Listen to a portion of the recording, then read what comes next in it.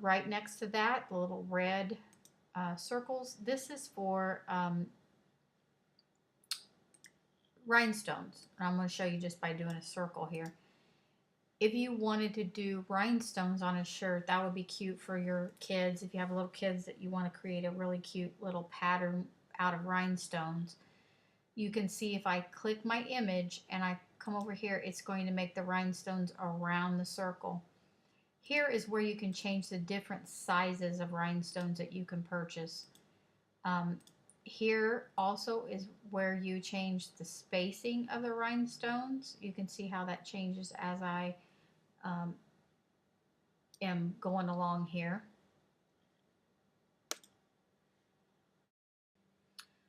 Okay, also you can do a you can click this to single click and you can place your rhinestones exactly where you want them if that would work for you too. This here is freehand, which means exactly what it says. You can freehand your rhinestone design. Okay, so let's move on to another function. Let me delete that too. Okay, so the scissors, pretty self-explanatory. If you had a pattern on here, and I'm going to ungroup this so I can show you this particular thing. Say I want that to be something I don't want cut, but I want this one here cut. So you would never do that in this instance, but I'm just showing you an image so I can show you what this does. If you click the scissors, you can see right now all of them are going to cut. But say again you don't want that one to cut, you click no cut. And right now that would, if you were doing a print and cut or something, that would just print but not cut. If you wanted to change that to a perforated line, you can do that, which again on this instance you wouldn't do that, but I just want to show you how the different lines change as you select those. And we'll get into that a little more on another video as well. This button here, of course, it's the text window. If you clicked, you can change your text to different text. If you have one in particular, you can just put in the first letter and it'll go down to that one. And so I want that one. I'm going to put it on my screen. You can see what it does. I'm going to actually make 2 lines because I want to show you a couple things. Okay, so I would double click this. I could highlight this. Over here, it'll center just like any other program you would use for editing text. It's basically the same. You can change the size of it. I want to make it big so you can see what I'm doing though. Right here is character spacing. Now watch what it does when I do the slider. You can see they get closer together or you can make them farther apart.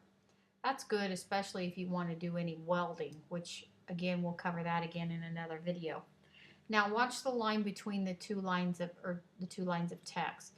This is line spacing. So if you wanted to push them up closer together, you can do so, or you can take them further apart. That's really nice when you're doing titles for scrapbooking.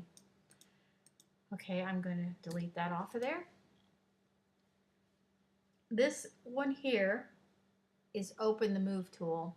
Now that's not going to make any difference to you until I put something on here.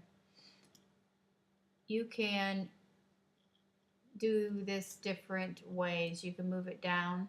You hit down, it's going to just move. You can go left, it's going to move left. You can put in different things here and hit apply and it's going to move them to move by. See, move by. This is move corner 2.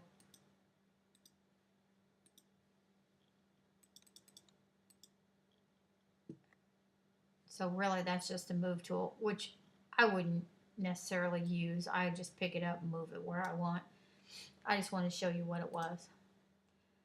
This here is the open the rotate window. So if I click my image and I click that, you can see this will move at 45 degrees, 90 degrees, 180. So I'm sure you know what all that is. You can see all the different things it'll rotate to. You can do this custom rotate too, and it'll just, you have to hit apply before you notice what it's done. Custom rotate different degrees. Okay. This one here, I use this one a lot because, like, if I know for sure I want a card, let me make a new box. So I know I make a box. I know I want my card to be 4 1/4 by 5 1/2, say. Of course, it would be 11, or actually, it would be 8 1/2 wide if you're going to split it. So 8 1/2 wide by 4 1/4, or 5 1/2. I'm sorry. And then hit apply.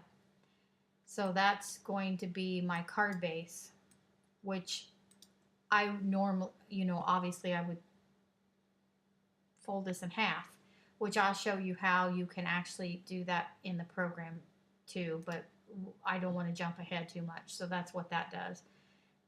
You can also, like, if you bring in SVGs, a lot of times the way they come in, they're a lot larger than they're supposed to be. So you can reduce them down by like 80%, which is typically what I do, and hit apply, and it's going to change the size of it.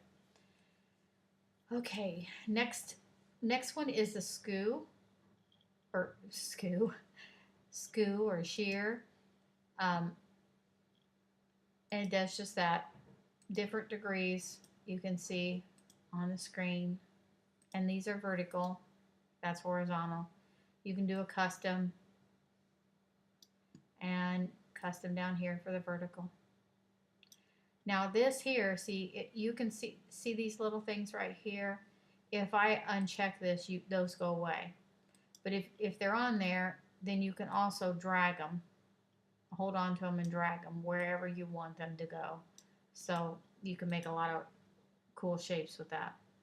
I'm going to leave this shape on here because I'm going to show you something else too in a bit. So this one next to it is the align tool. Say I'm going to move this down.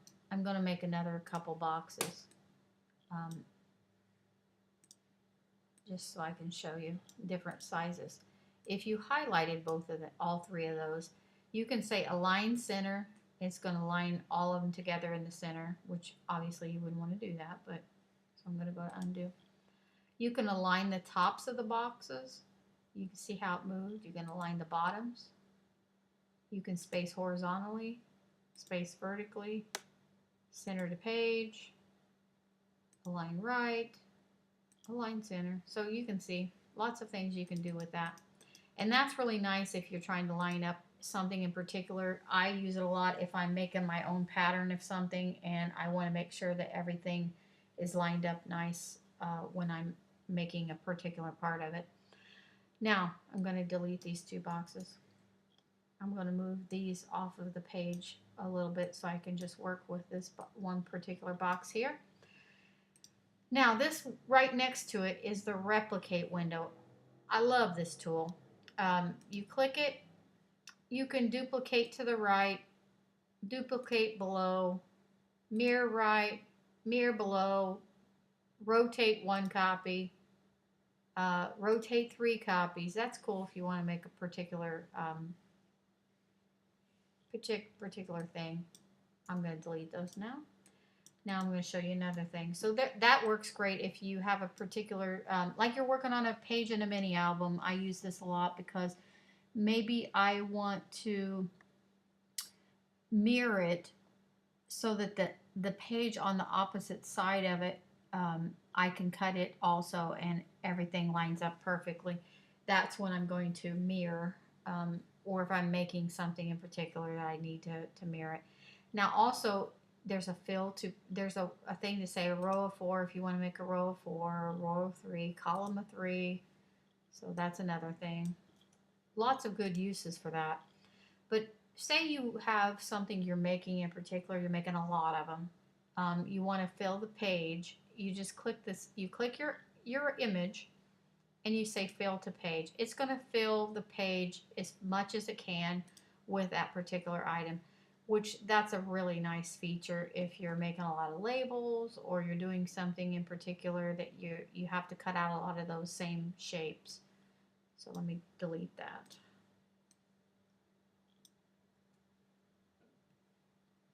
Now we're going to go to the next tool, which I also love, is the modify tool. This is a really cool tool. If you want to weld something together, I'm going to just put these two together. You have to overlap a little bit, of course. If you select both of them, hit weld, you see what it does. If you do intersect, you see what it does. Subtract.